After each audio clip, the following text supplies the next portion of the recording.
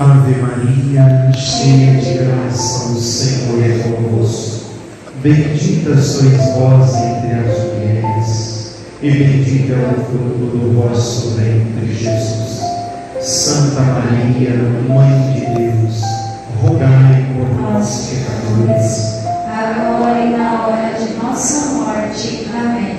Meus irmãos, nesta Santa Missa, vamos pedir uma graça sacramental muito específica. A graça nutritiva. O Evangelho de hoje, nós temos uma afirmação muito forte. João 6:35. Eu sou o pão da vida. Quem vem a mim não terá mais fome. Diante dessa afirmação de Jesus, nós com insistência queremos pedir essa graça específica.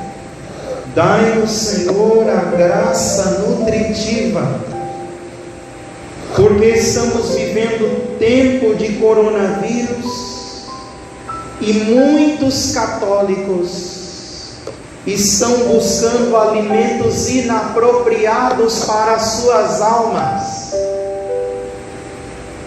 Estamos vivendo um tempo em que uma grande fatia que se dizia católica se afastaram da comunhão, se afastaram da igreja, mesmo podendo ir. Em tempo de coronavírus, precisamos pedir para toda a nossa igreja a graça nutritiva, a graça do alimento adequado, a graça de uma dieta espiritual adequada, a graça de não se afastar da igreja e nem da comunhão. Em tempo de coronavírus, se escancarou a fé de muita gente, mas também a falta de fé de uma grande fatia. Pessoas que dizem assim: eu sou da zona de risco, não posso ir à igreja, padre. Mas a gente vê na lotérica, no correio, na fila do banco, na fila do açougue, pessoas que arrumam 1000 desculpas para faltar à Eucaristia, mas não encontram desculpas para marcar festas familiares, festas de aniversário, almoços em família, rodas de tereré, partidas de futebol em campos privados. Mas para vir à igreja é uma grande luta. Hoje o Senhor, no Evangelho de João, capítulo 6, fala sobre o pão da vida, e a gente vê o desejo de Jesus de estar com a gente como alimento absolutamente necessário para a nossa salvação. Assim como o batismo é necessário para a nossa salvação, a Eucaristia não tem menos valor. O pão vivo não pode ser descartado, desprezado. Em tempo de coronavírus, se levantou um grande número de pessoas afastadas da igreja, mais próximas, coladas, conectadas a tantas outras coisas, menos a fé. Jesus, quando diz ego sum panis eu sou o pão. Vite da vida, ego sum panes, vite, eu sou o pão da vida. Da vida de quem?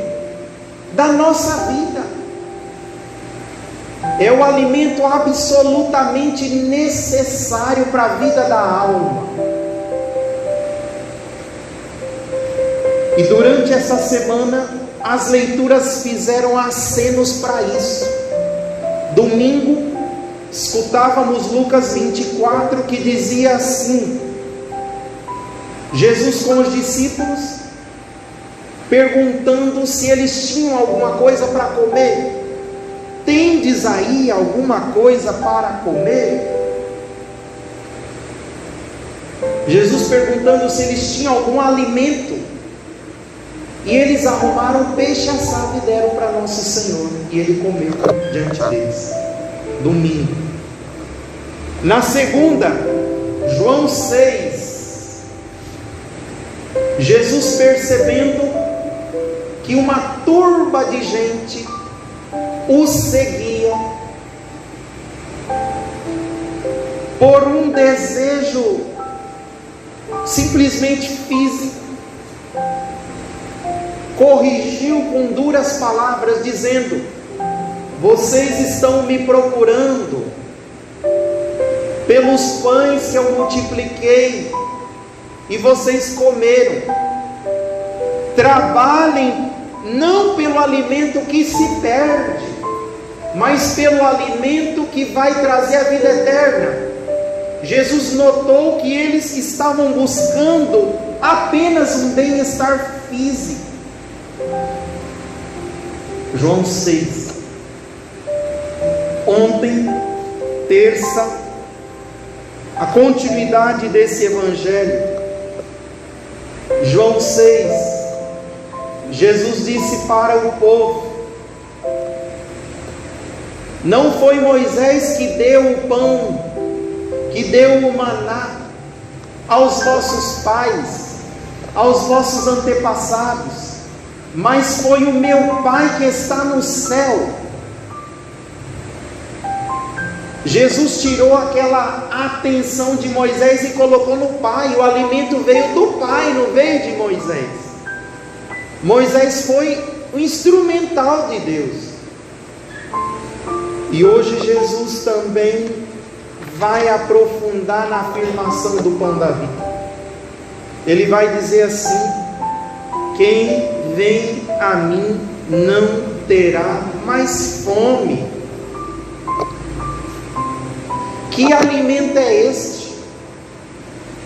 Que manjar é este? Que logo após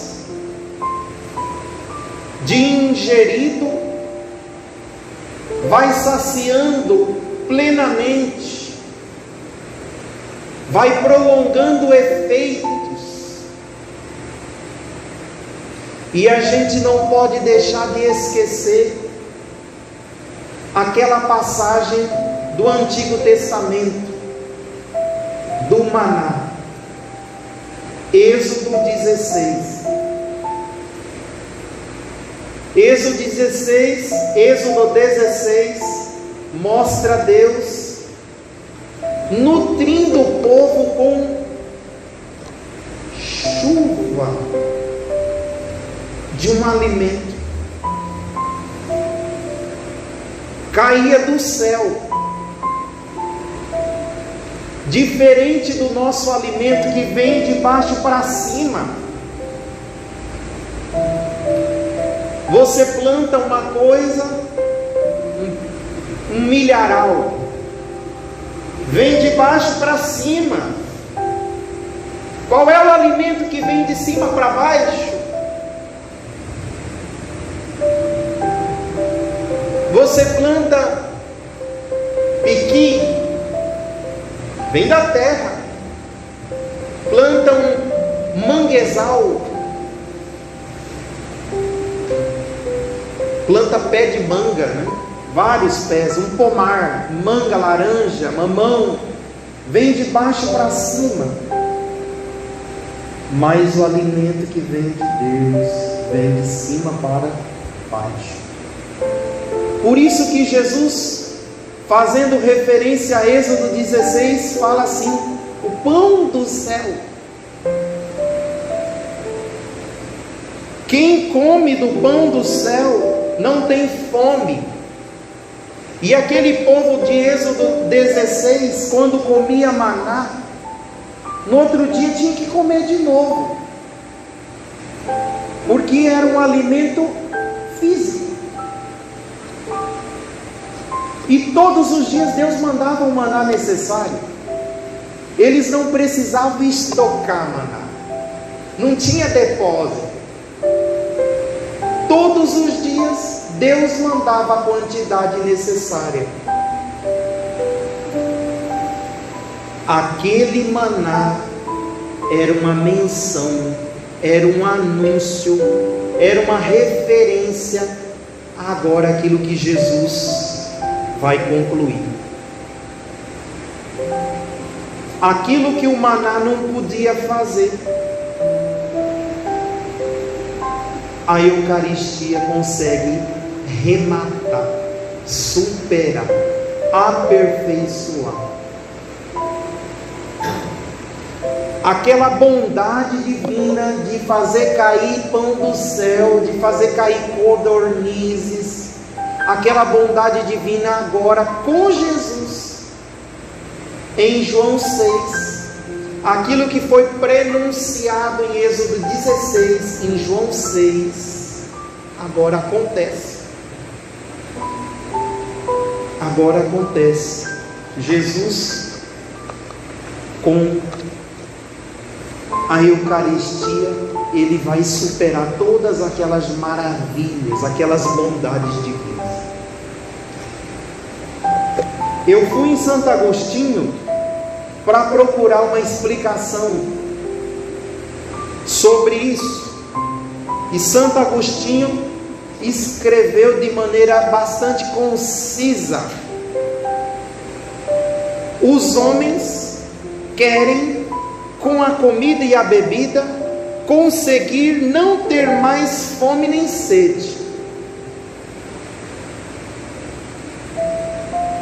E esta comida e esta bebida concede-lhe mais. Ele está falando da Eucaristia agora. E esta comida e esta bebida concede-lhe mais, pois quem a toma torna-se imortal,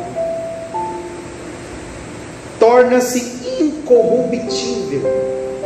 Olha só, meus irmãos, quando nós recebemos a Santíssima Comunhão, a ceia de nosso Senhor, nós estamos recebendo um pão de imortalidade, um pão de incorruptibilidade. O que essas palavras estão querendo dizer? Que quem come não morre. É aquilo que João capítulo 6, versículos 53 e 54 vai dizer: quem come a minha carne terá a vida eterna. Portanto, quando nós nos aproximamos da Santa Comunhão, estamos recebendo um alimento absolutamente necessário para o futuro da nossa alma. Porque a vida depois da morte não se extingue.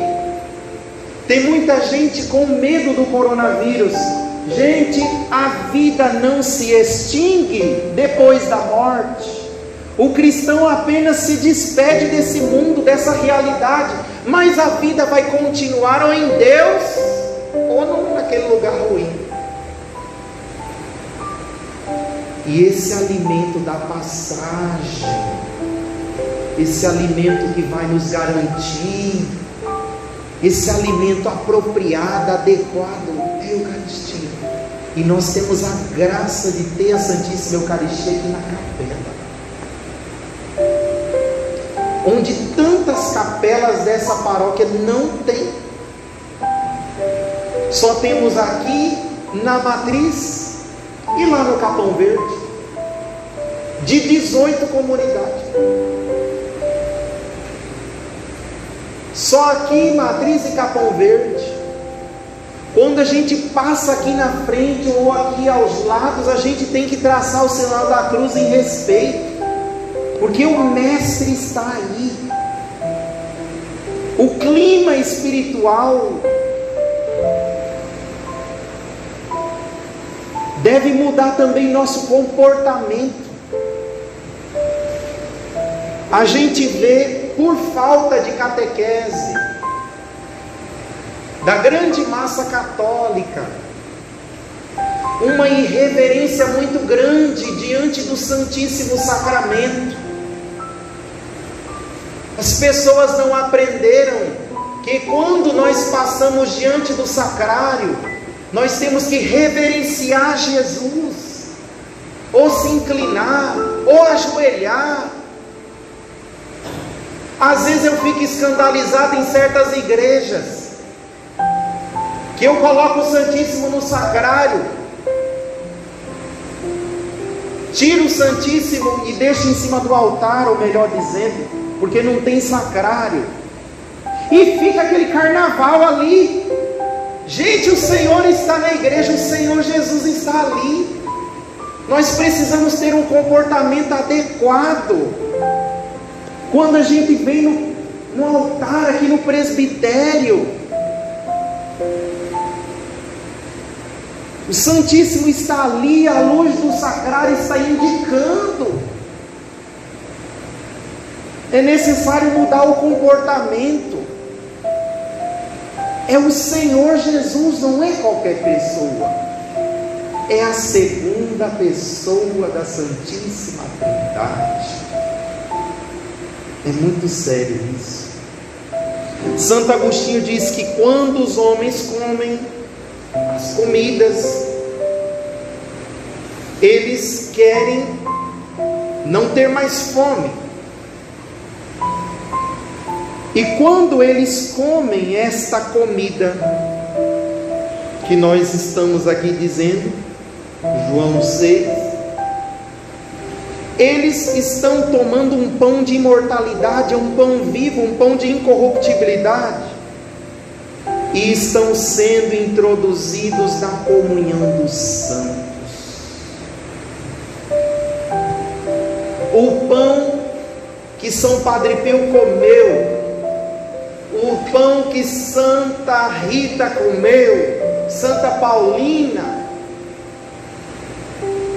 o pão que São João Batista apontou, Ecce Agnus Dei, eis o Cordeiro de Deus, fazendo menção a Êxodo 12, do Cordeiro Pascal de Êxodo 12. Olha lá o Cordeiro de Deus, São João Batista, o Cordeiro que vai virar alimento. O pão que os apóstolos comeram, nós podemos comer. Séculos antes de Jesus se encarnar, nós temos um poeta que escreveu Ilíadas. Ilíadas são poesias épicas que foram atribuídas a Homero. Homero não conheceu Jesus, mas Homero fala desta fome que Jesus percebe que o homem tem. E Homero vai falar assim: a alma, o homem abre a alma para receber Deus, como os pintainhos abrem o bico quando vem a mãe se aproximar. Olha que bonito. O homem abre a alma para receber Deus, igual os pintainhos que abrem o bico quando a mãe se aproxima. E é tão bonito quando a gente vê isso na natureza. A mamãe passarinho sai para recolher os grãos, os bichinhos, engole, e quando volta para o ninho, pisa na beirada do ninho, começa a abrir as asas, e os filhotinhos começam a abrir o bico, Homero identifica ali a fome que o homem tem de receber Deus. E vai dizer igual o passarinho, igual o pintinho, que quando a mãe se aproxima começa a abrir o bico, pedindo comida. Isso séculos antes. Séculos depois de Jesus, nós temos Tolstói. Tolstói, um escritor famosíssimo, russo, e ele vai dizer assim: a alma clama por Deus como pia o passarinho caído do ninho. A alma clama por Deus como pia o passarinho caído do ninho. Quantas vezes no seminário, ou na paróquia que eu passei, eu pude ver debaixo da árvore filhotinho de passarinho caído, às vezes aprendendo a voar, sem as penas desenvolvidas. E uma coisa que eu percebi, a mãe perto. Vocês já perceberam isso? A mamãe passarinho perto, de cima da árvore, vendo ali a gente curiosamente mexer no seu filhote. Uma vez fui celebrar a missa no Capão Grande, num sítio, e tinha no meio do campo um passarinho chamado quero-quero. E aquele quero-quero estava com um ninho ali. E nós começamos a se aproximar. Quanto mais a gente se aproximava daquele ninho, mais aquela mãe voava, e piava, e gritava, para repelir. A alma do ser humano sem a Eucaristia é igual o passarinho que cai do ninho, é vulnerável.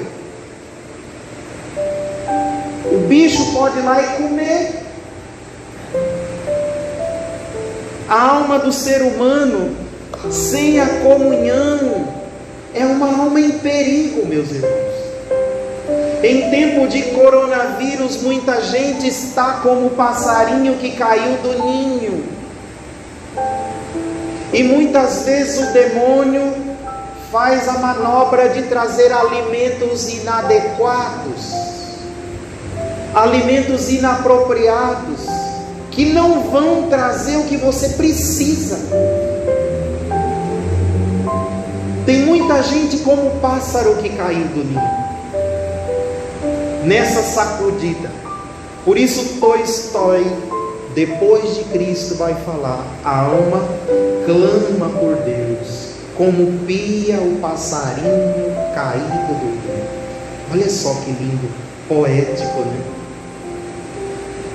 Meus irmãos, desde que o homem existe, ele sente fome. Desde que o homem existe, ele sente fome. É algo congênito. A criança inaugura a vida na terra chorando. Sai da mãe e chora. E quando chora, o que é que recebe? O peito, o leite.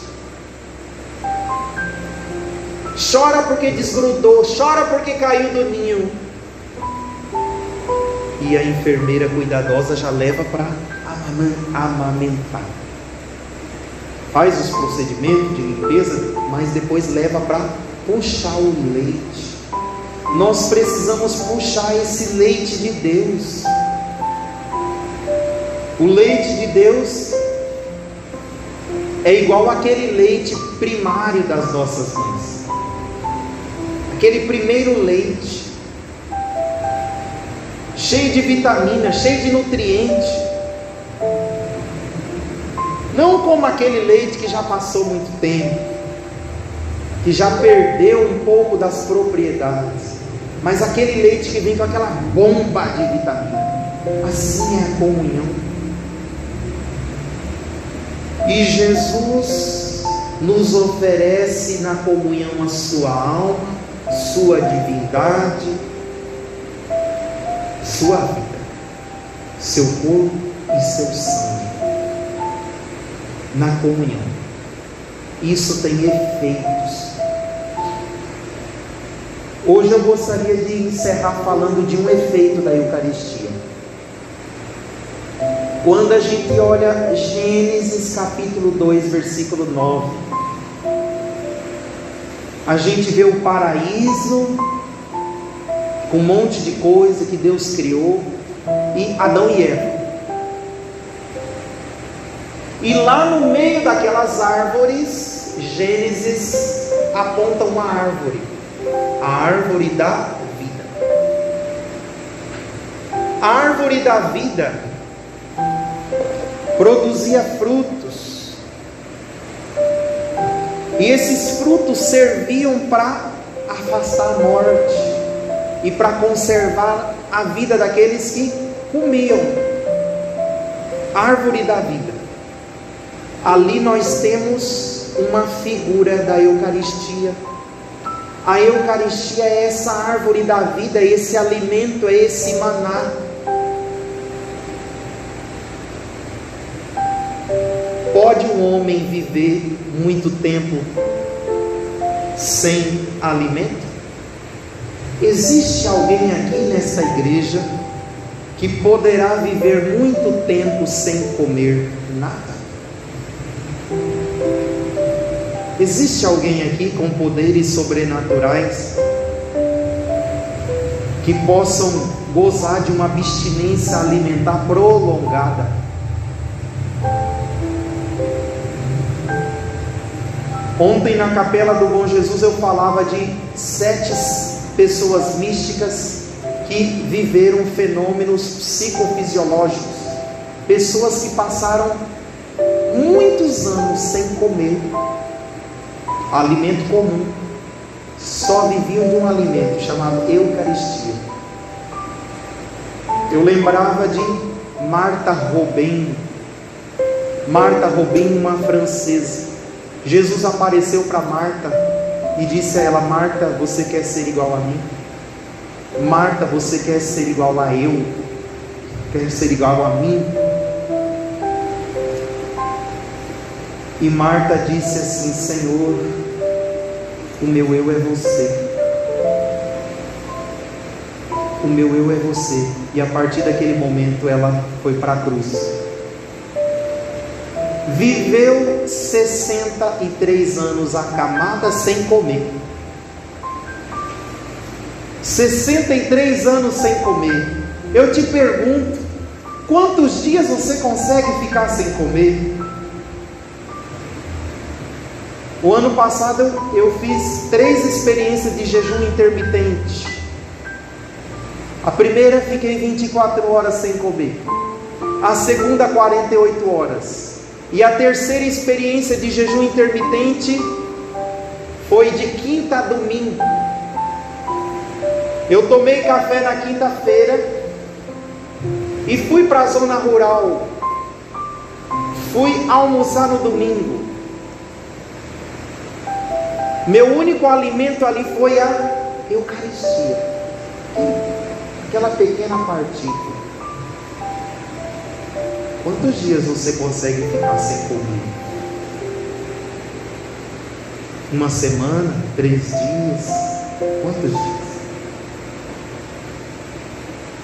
Jesus é o nosso alimento, é a árvore da vida do altar, a árvore que dá a vida, que conserva a vida e que afasta a morte. Sem Ele, tudo é vão. Sem Ele, tudo apodrece, tudo se acaba. Nós precisamos tanto de Jesus, minha gente. Você não pode admitir viver sem Jesus Eucarístico. Passarinho, Até quando ficarás caído fora do ninho? Volta para o ninho enquanto é tempo. Ó lamparina, quanto tempo permanecerás acesa sem o alimento? Quanto tempo permanecerá acesa sem o alimento, sem o óleo eucarístico?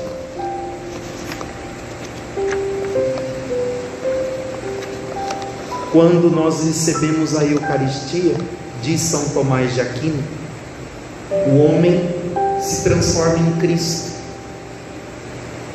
Quando você vai almoçar, você não se transforma no arroz e nem no feijão.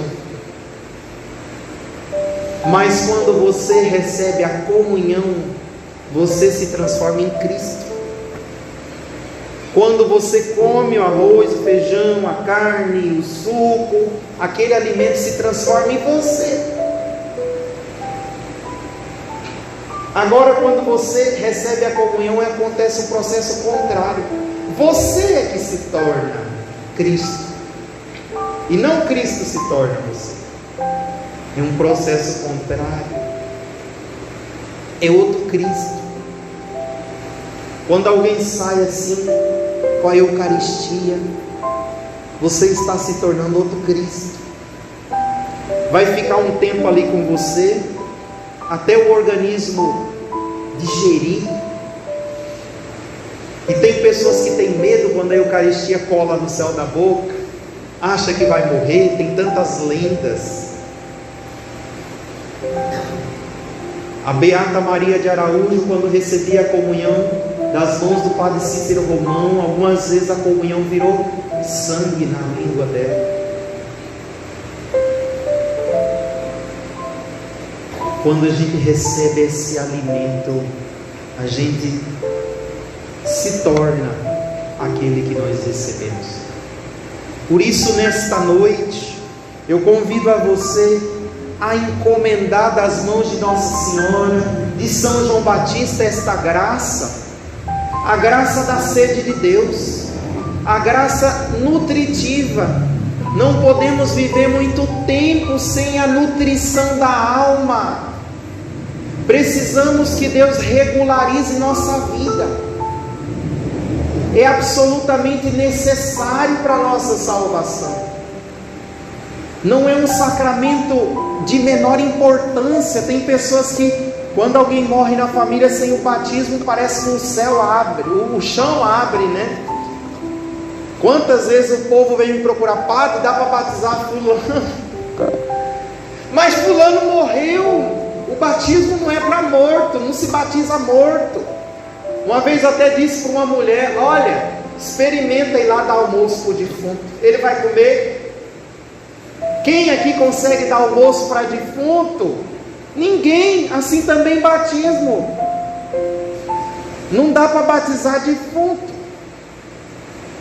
A Eucaristia não deve ser tratada com menos importância, é absolutamente necessária para a nossa salvação. Por isso, coloque a mão no seu coração e nesta missa vamos interceder por toda a nossa igreja, por todas as pessoas famintas de Deus, pessoas que estão se iludindo com outras coisas, pessoas que estão reservando tempo para tantos outros afazeres e terminaram se afastando da comunhão. Por isso vamos interceder aqui no altar da nossa providência, da nossa confiança, para que esses passarinhos que caíram do ninho e que piam encontrem o alimento necessário para viverem, para desenvolverem. Não podemos ficar retardatários, sem desenvolvimento. Nossa alma precisa se desenvolver e o Senhor nos dá esse alimento necessário. Senhor Jesus, nesta noite nós te pedimos por todo o povo cristão, para que percebam a árvore da vida em cada missa que é marcada, e busquem acorrer à sombra dessa árvore, ao frescor desta árvore, aos remédios da folhagem, ao alimento dos frutos.